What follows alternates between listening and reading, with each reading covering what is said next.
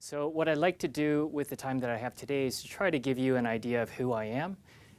Think of it this way. There's about 1.5 billion Chinese people on the planet, plus or minus 300 million or so. And I have devoted my life to the ocean. I didn't do something respectable like go be a doctor or be a lawyer or something that would make my parents proud. So I'm going to try to give you some context on why I made that decision. I'm going to do this by covering 3 different areas. I try to give you some insight as to what I do, explain a little bit more, and then a little bit about how I do it, both in terms of practicality and in terms of philosophy. And finally, and most importantly, I think, is why I do what I do. So the first area I want to cover is what I do. And on a very simple level, I just try to go out and I try to take really nice photos, pretty pictures. This is a humpback whale mom with a baby. This is out on the college green. It was a very special moment. But, pretty photos are, I guess, a dime a dozen. I mean, I can take a lot of pretty photos. A lot of people in here can probably take pretty photos. So what is it about me and what I do, and why should you care? Why should anybody else care? Before I get into that, let me show you some more pretty photos. Here's a cabbage coral that was actually going to be out in the green, but they didn't have enough space. And it's actually getting quite rare to see nice formations like this, whole, undamaged. But this is a part of the Coral Sea where there wasn't actually much human activity. This is a lionfish on the prowl, and like their namesakes, they stalk their prey, and they ambush them and hunt them, and they also, like lions do, miss their prey from time to time.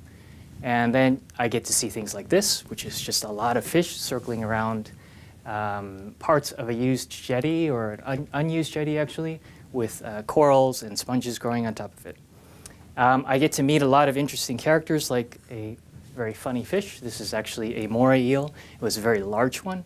I nicknamed him Barney because he came out at night, and he's got this dopey expression on his face.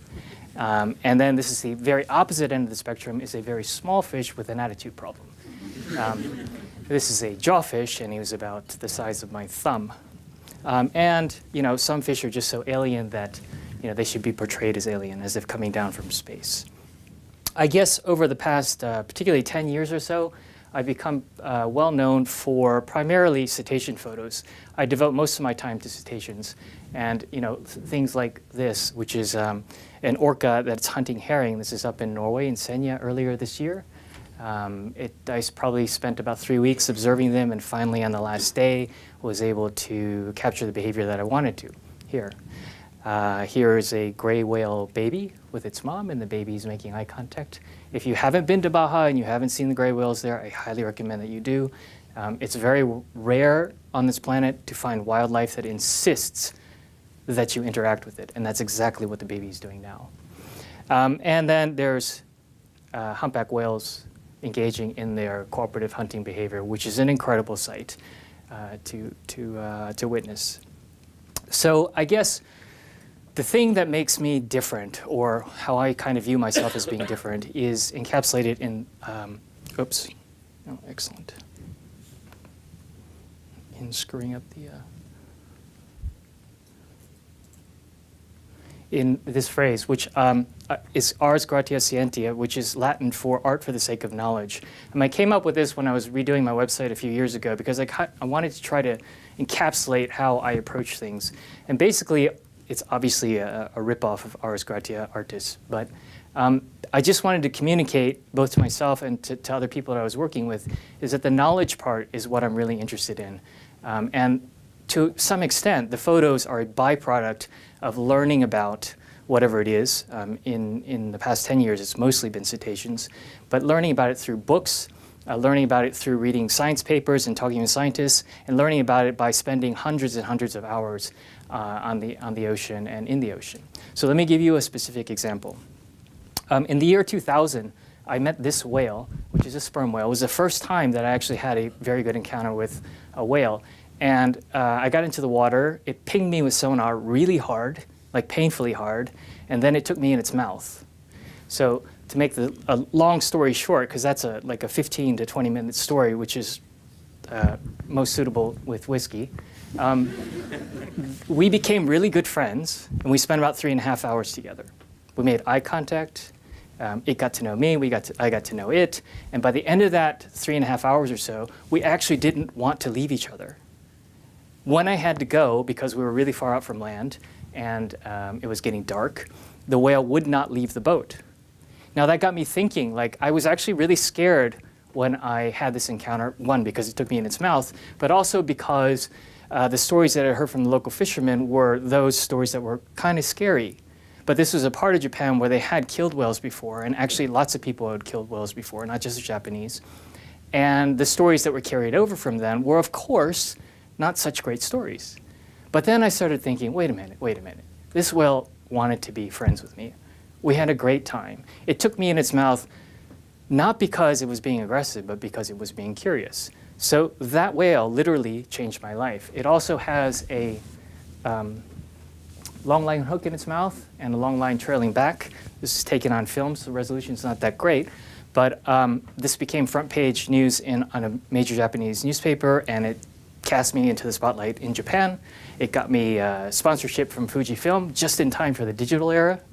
But it got me, more importantly, it got me thinking about whales. So I started to study them. And the next time that I had an opportunity to really spend some time, quality time with whales, I got this photo of whales eating giant squid. Now there's a really long story behind that too, but there was a lot of luck. But basically I went to the place where I thought it would happen, looked for the conditions, and the second that it happened, I knew exactly what was happening. And most importantly, we were actually friends. We'd spent 4 days together, and she, that's a lead female, actually knew who I was and my friends were. So she brought the squid to us. And then, I started doing talks about animals and particularly whales. And I realized that in the course of learning about these animals, that they're highly social. And by social, I mean, telling you is one thing, but being able to show you is another. Like this, where the whales are literally and figuratively putting their heads together. They're talking to one another. They're communicating with one another. They are socializing. They're rubbing against each other to slough off skin. They're doing all sorts of things. But it's much more, what I discovered is it's much more powerful to show this than to just say it to an audience. And as time went on, I started to look deeper and deeper and past what things are actually kind of obvious once you know these animals. And one of the things I became obsessed with was their poo, which scientists will call fecal plumes, which is just a fancy way of saying a lot of poo. I started photographing these things just out of interest. And as it turns out, this has become a topic that's popular among whale scientists and environmental scientists because these whales function to cycle carbon. So how this works is they go down deep, very deep, 800 meters, 1,000 meters or so, and they eat squid. They come back up and they poo. And that poo contains a lot of nutrients, iron and other things, which then sets off the phytoplankton, zooplankton, which then kicks off the entire food chain. The animals then eventually die, so they've sequestered carbon, and they fall to the bottom. So they're a natural carbon sequestration device. And this happens with all megafauna, including on land. So if you see any papers published recently in the past 3 or 4 years by scientists who study this, they will contain photos of poo that I've taken. And then finally, a couple years ago, I read a lot of whalers' accounts about going or encountering whales so thick that you could walk across the backs of them. Hundreds, perhaps thousands of whales. And clearly, if you're a whaler, that's what you want to come across. So I had the opportunity to actually go in to a group of them that were, I will say, conservatively hundreds, but I can tell you that for 3 days, 360 degrees in all directions, there were whales. Not only that, but the ocean is three-dimensional. Going down as deep as you could see, there were all whales. There were thousands upon thousands of them. So I guess why I'm taking you through this example is that the knowledge that you get as a photographer, or if you're a nature photographer, is critical to being able to take good photos, and then the photos are critical to being able to tell the story. And I like to summarize with an analogy. I like to tell people that the stories are to a photo or photos as souls are to people. Basically, if you have no story to go with your photo, it's just a pretty picture. And there's a lot of people who can take pretty pictures.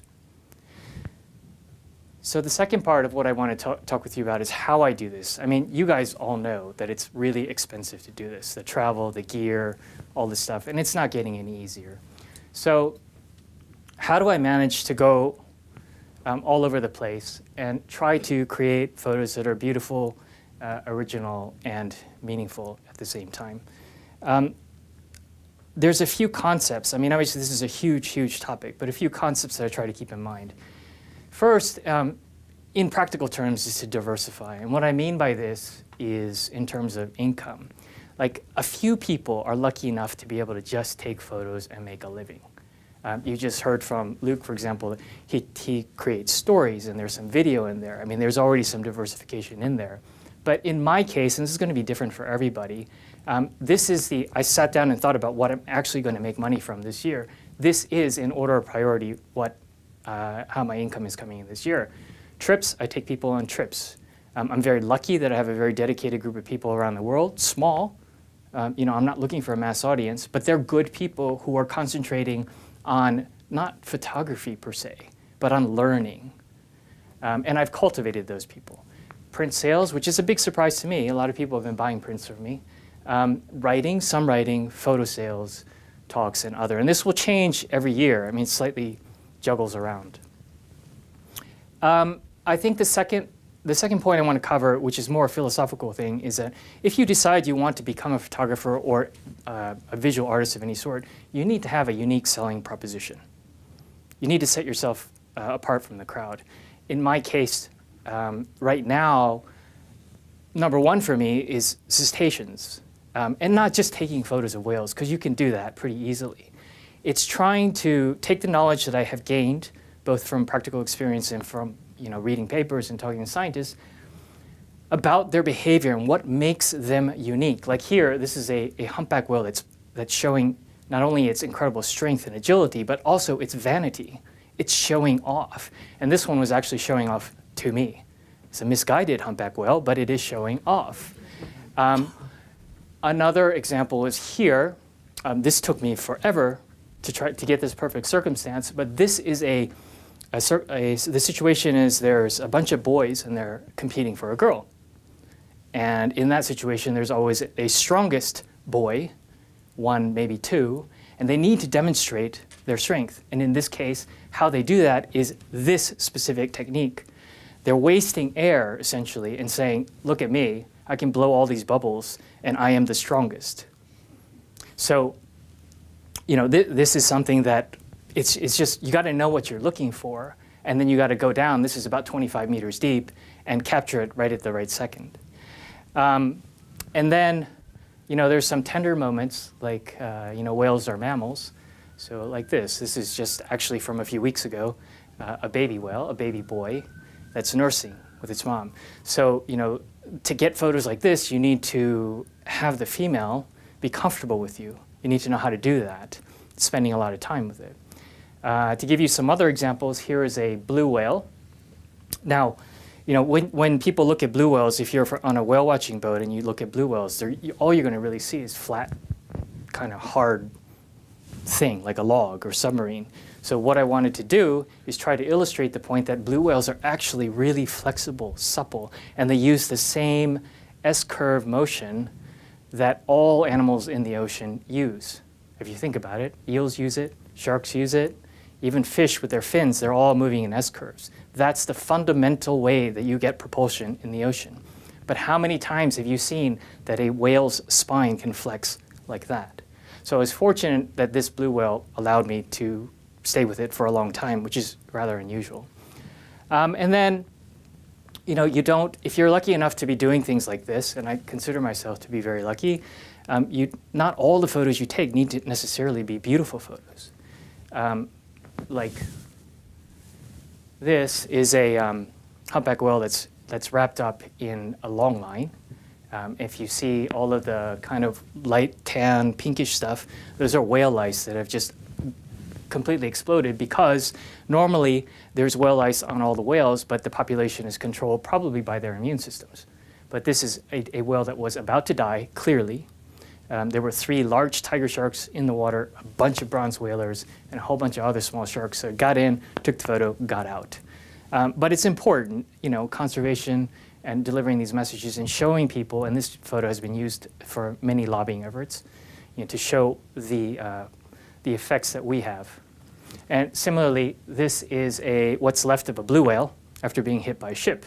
Now, you think blue whales are, this one was probably about 23, 24 meters long. What can possibly hurt a blue whale? Well, as I learned after taking these photos, our container vessels go from 200 up to 500 meters long, and they can travel up to 20, 25 knots. And these things are really, really heavy. So, remember high school physics, force equals mass times acceleration. You get all of that mass going at high speed and up to the point on the bow, hitting a whale, and this is what happens, unfortunately. So the second unique selling proposition that I have personally and have developed over the past 5 years is spawning aggregations of fish. It's not quite as sexy as whales, but it's a spectacular sight. Like if I said to you, wildebeest migration, all of you probably can conjure that up in your head. But if I say to you, Lucanus bohar spawning aggregation, it's not going to conjure up the same thing. But it should. And this is the mission I've set out, going to carry forward, is it should. And why should it? Because these fish congregate like this in order to spawn. They also present a very tempting target for fishermen. And should the fishermen catch the majority of these fish at this time, which has happened in many places, that essentially wipes out the population for a very, very long time. So we need to protect these things. And here's another species, which is Bulbometapon muricatum, which is bumphead parrotfish. So, I work with the conservation and science the researchers on this. And one of the challenges now going forward is trying to take this, albeit impressive sight, but spectacle that most people can't relate to. I mean, if you go out on the street and you ask people about bumphead parrotfish, they're probably not going to know. How do we get this to be interesting enough and attractive enough that we can have it protected? And that's one of the things I'm working on. So basically what I'm telling you is that pick your niche, whatever that may be. And then the third concept I like to cover in this regard is to look ahead. And again, to use a specific example, just the concept of being proactive versus reactive. I'm old enough to have started with film, wasted a lot of time, a lot of money on film. And at about the year 2000, I realized things were going to change. Didn't know how they were going to change, but I knew that they would. And one of the things that I proactively did before all of my friends did was decide that I was going to substantially de-emphasize photo sales and print stuff and create a website and start writing my own content on the internet for free, which a lot of my friends said, "You're stupid." But as a result, and a lot of time passed, a lot of different things happened, and some things I did well, some things I didn't. But as a result, today, most of my income comes from my website, directly or indirectly. People come on trips because of my website. People buy prints because of my website. Researchers contact me. Magazines contact me. TV, everything comes through my website. Now, there are things that I'm looking forward to, but for example, to give you an example looking forward, like what am I thinking of in the future? I know, for example, that the amount of work that I need to put into for cetaceans and for the spawning aggregations requires a lot of physical effort. Those are really hard things to do, and I train physically all the time. But there's a limit. I can't keep doing it. So I'm thinking of projects going forward the next 5 years, 10 years, that I can continue to take this approach without having the same level of physical fitness, basically. So in this context, one thing I'd like to get across is if you are contemplating doing something like this, or even if you're involved now, the one thing you should do is stay away from fads. Because essentially, if you follow fads, whether they be locations or camera techniques or equipment or whatever, you're essentially condemning yourself to never having a unique selling proposition. Sorry, can I just stop you for a moment? Yeah. Could you explain what fads stand for? Fads are things that become popular at like somebody may decide that you want to do, or this lens is the best lens to use, or this lighting technique is the best lighting technique. And there may be nothing wrong with those specific things, but everybody jumps on the bandwagon, everybody does the same thing at the same time. Or it could be a specific location, everybody goes to the same place. And it's amplified by social media these days, where everybody feels like there's the acronym FOMO, fear of missing out. Everybody feels like they're not participating in what's going on, and then everybody jumps on the bandwagon. Stay away from that, stay away from that. Okay, and then most importantly, and to wrap up, what I'd like to talk about is why. Why did I not just stay with the job that I had before, earn a good living, not worry about, how am I going to actually make money next week, and then just take vacation like any sane person would do? Why did I not become a doctor, make my mom proud? Why am I doing this? Well, on the one level, I just love everything in the ocean. Actually, I love everything nature stuff. I mean, looking at Luke's the peregrines, that was just incredible. But, this is a blue whale, and the feeling of being able to swim up to this blue whale and swim alongside its body going up as it was coming down, I mean, you can't pay for that. Or this one that allowed me to swim on top of it as a remora, essentially, and then eventually to slide down its back and take this photo. It's a big blue whale. It's about 25 meters long. Well, my beloved sperm whales, that's a little one. By little one, I mean something along about 6 meter or so, opening its mouth and hitting me with sonar. And by this stage, I've had so many of those do that I know that the sonar is not aggressive. It's just the way that they see. So it doesn't bother me that much. Or I'm here, and that's another scene from the thousands and thousands of sperm whales. I mean, to be in the middle of that, when you just look down, there's sperm whales, you look left, there's whales, right, there's whales, behind you, there's whales, there's fins coming through, body parts coming through. It's just incredible. Or a Brutus whale that allowed me to get close enough to photograph the part that I really wanted to photograph. That is a scar from an orca attack. So it's sort of, besides being, a cool animal that's very difficult to approach, there's a story there. The interrelationship between the orcas and their prey. And of course, the time that I've spent the most amount of time with humpback whales. And this, to be able to tell you about this beautiful little baby girl that was playing with her mom sleeping in the background. So I love everything in the ocean. I would happily spend as much time as possible just with little fish, just sitting there and watching it. But I suppose what really brings me back over and over and over is it's kind of like a continual learning process. It's like being in university but not being drunk. You have these amazing opportunities to see, to observe, to record data, to year over year, to compare what you knew before and try to add to your knowledge, and then occasionally come up with something that nobody else has figured out. And that's happened a few times, and I send things to scientists, and they go, woohoo, and then, I'm happy too. To give you a concrete example, about, 2 years ago, for the first time, I had the opportunity to watch a lot of elephants. There were 3, 4, maybe 500, something like that, on a plain, grass plain with lakes, low-angled afternoon sunlight, bugs in the air, lots of trumpeting and all this stuff going on, babies rolling around, big males in must walking through. It was incredible. And I just sat there staring at them, and it took me about 5 minutes, maybe less, to realize, wait a second. I understand everything that's going on.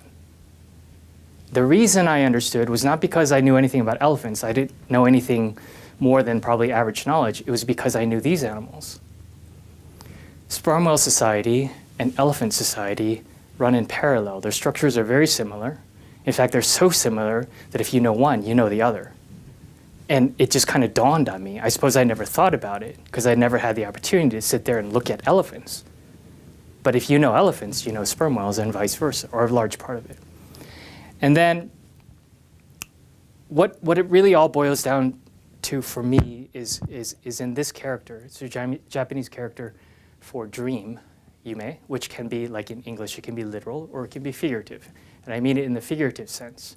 In 1998, when I had a proper job, I got a mailer from Singapore Airlines, which is my favorite airline.